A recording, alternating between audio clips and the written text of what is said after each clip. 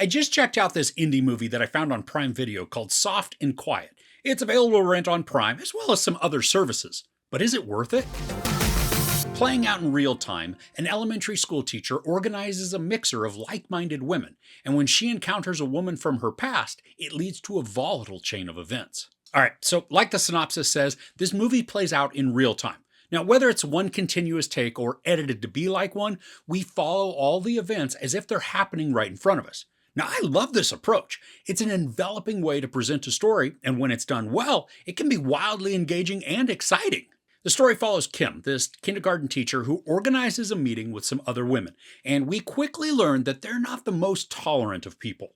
They're all white and in their 20s to probably late 40s, so you can probably see where this is headed.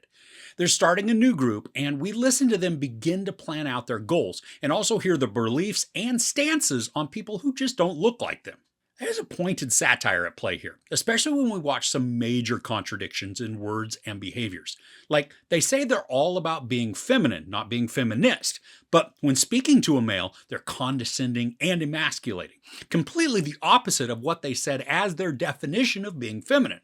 That's just one small example, but there are several that are highlighted within the course of this 90-minute movie. Now, the thing I love about this with the continuous take appearance is also one of the very big shortcomings of the film. It means that we watch every monotonous moment occur, which adds unnecessary time to the story where zero is happening to push the narrative forward. Now, I don't mind tiny bits of slowness or uselessness, but this is filled with it. We watch Kim walking from her school to where they're having the meeting.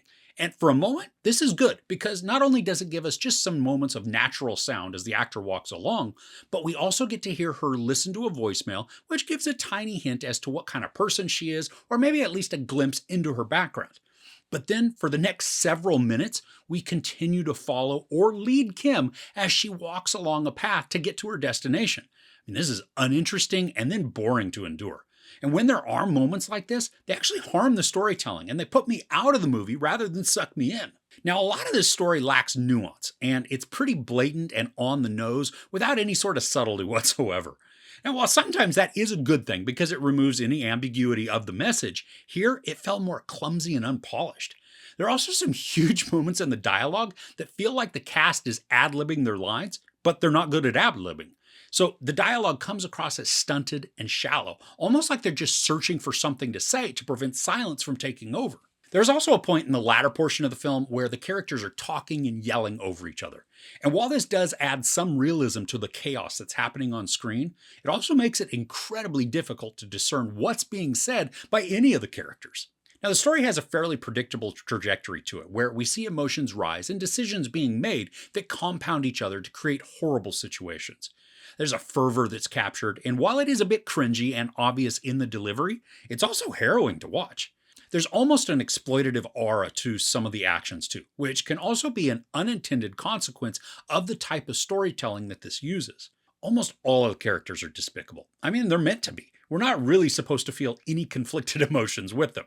They're horrible and they're hateful people who perform in even worse ways. And that brings me to probably the thing that kept me from really enjoying this movie as a whole. At the end, and while I understand the context for the final scene, if I were to watch this as someone who's not white, I don't think I'd appreciate the story at all. This is like torture porn to a degree, without any justice or consequence. I mean, sure, the ending does hint that some form of consequence could be coming, but if we look at reality, white women and men typically fare far better in the justice system than anybody else. So even though we as the audience watch some god-awful things happen on screen, there's no guarantee that the final resolution is going to be positive because we're never shown that. And for a movie that lacks the nuance and subtlety of all its storytelling to then come to the finale and then leave it somewhat open or unresolved, I mean, it's a head-scratcher. Now, I'm sure the filmmakers meant well in how the final scene leaves us, but for me, it just left an awful taste in my mouth for the whole production. I wanted to see justice served after watching the immense amount of injustice play out during the course of the story. Now, I wanted to like this more. The choice to do a continuous take effect was bold and mostly effective at creating a growing sense of apprehension and dread. The characters are effectively heinous, and they do a decent job of showing how contradictory a lot of people are in their words and deeds. And even though some of the visuals dragged on because of monotonous actions, and there then was a lack of subtlety to a lot of the messaging, I was still drawn to what was happening, even though it turned my stomach. I also appreciated the commentary this is attempting to bring forward, because it's a discussion that needs to continue happening. But it needs to be handled in a better way that won't leave certain people groups feeling like they've been pummeled continually by the story.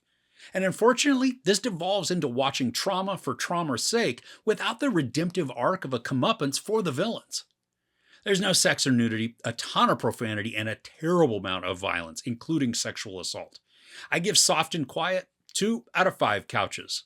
So, are there any good dramas that you've seen recently that you can recommend? Let me know in the comments below.